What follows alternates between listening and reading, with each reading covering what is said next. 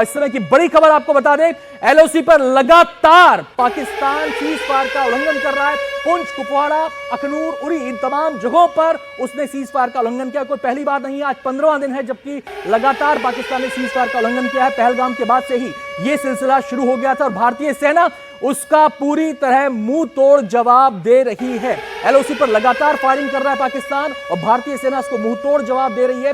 पहले उसने हल्की गोलीबारी से शुरुआत की थी सीज फायर के उल्लंघन की, लेकिन उसके बाद आर्टिलरी फायरिंग पर यानी कि तोप खाने के जरिए भी वो भारतीय टारगेट को निशाना बना रहा है, भारतीय जगहों को निशाना बना रहा है और भारत की जो सेना है उसको उसी की भाषा में जवाब दे रही है। तो पाकिस्तान चाहे लाख कोशिश कर ले लेकिन वो अपने इरादों में कामयाब नहीं हो पा रहा। और जब मैं बात कर रहा था एयर डिफेंस सिस्टम की, तो आपको बता दूं कि जब भारत ने पाकिस्तान पर अपनी मिसाइल दागी थी तो उसका जो एयर डिफेंस सिस्टम है HQ-9 जो उसने चाइना से लिया है वो पूरी तरह नाकाम साबित हुआ। भारत की एक भी मिसाइल को ना तो वो डिटेक्ट कर पाया, ना अंगेज कर पाया और ना ही वो हिट कर पाया। तो पूरी तरह से नाकाम साबित हुआ और ये भारत की ताकत को दर्शाता है कि किस तरीके से पाकिस्तान एक रेतीली जमीन पर खड़ा हुआ और भारत से टक्कर लेने की कोशिश कर रहा है। और सीधे हम रुक करेंगे हमारे हमारे संवाददाता मुकेश से जुड़ गए। पाकिस्तान लगातार रात भर से ये कोशिश कर रहा है कि वो आम नागरिकों को निशाना बनाए।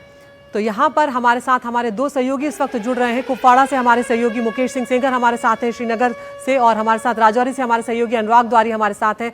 अनुराग, पहले आपके पास में आऊंगी। अब सुबह हो चुकी है अनुराग, रात पाकिस्तान की तो काली रही है लेकिन भारत में भी लोग परेशान रहे हैं। क्या कुछ डिटेल्स इस वक्त आपको मिल रहे हैं?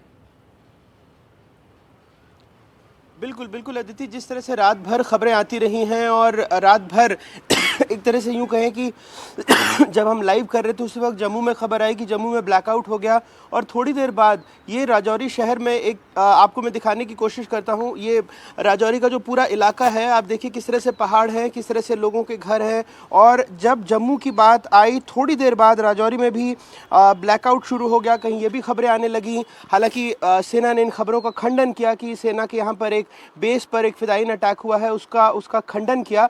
लेकिन युद्ध में इस तरह की बहुत सारी खबरें आती रही हैं।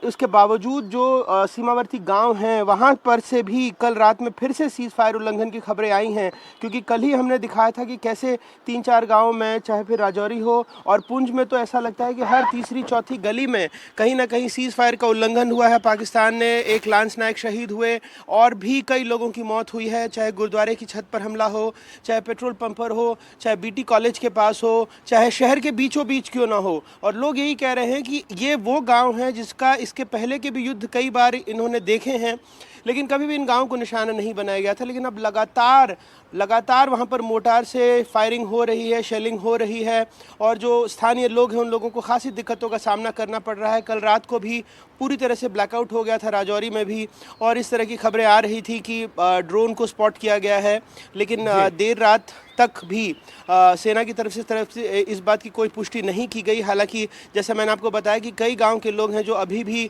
मैसेज भेज के बता रहे हैं कि उनके गांव में कल रात को फिर से हेवी शेलिंग हुई है, फायरिंग हुई है।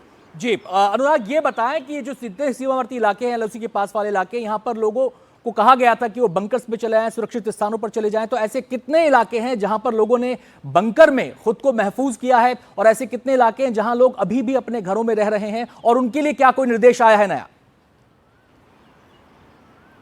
देखिए, जैसा आपने कहा आनंद, कई सारे गांव हैं जहां पर लोगों को कहा गया था कि सुरक्षित स्थानों पर चले जाएं। लोग चले भी गए हैं, लेकिन कई ऐसे गांव भी हैं जहां पर अभी भी लोग रह रहे हैं क्योंकि उनके पास कोई बहुत ज़्यादा विकल्प नहीं है। क्योंकि कुछ लोग तो राजौरी में चाहे अलग जगहों पर जहां उनके रिश्तेदार हैं उनके घरों पर चले गए हैं। कुछ लोगों को जिनको चोट आई है उनको अस्पताल में भर्ती कराया गया है। पुंछ में तो कई लोगों को, 40 से ज़्यादा लोगों को अस्पताल में भर्ती कराया गया है।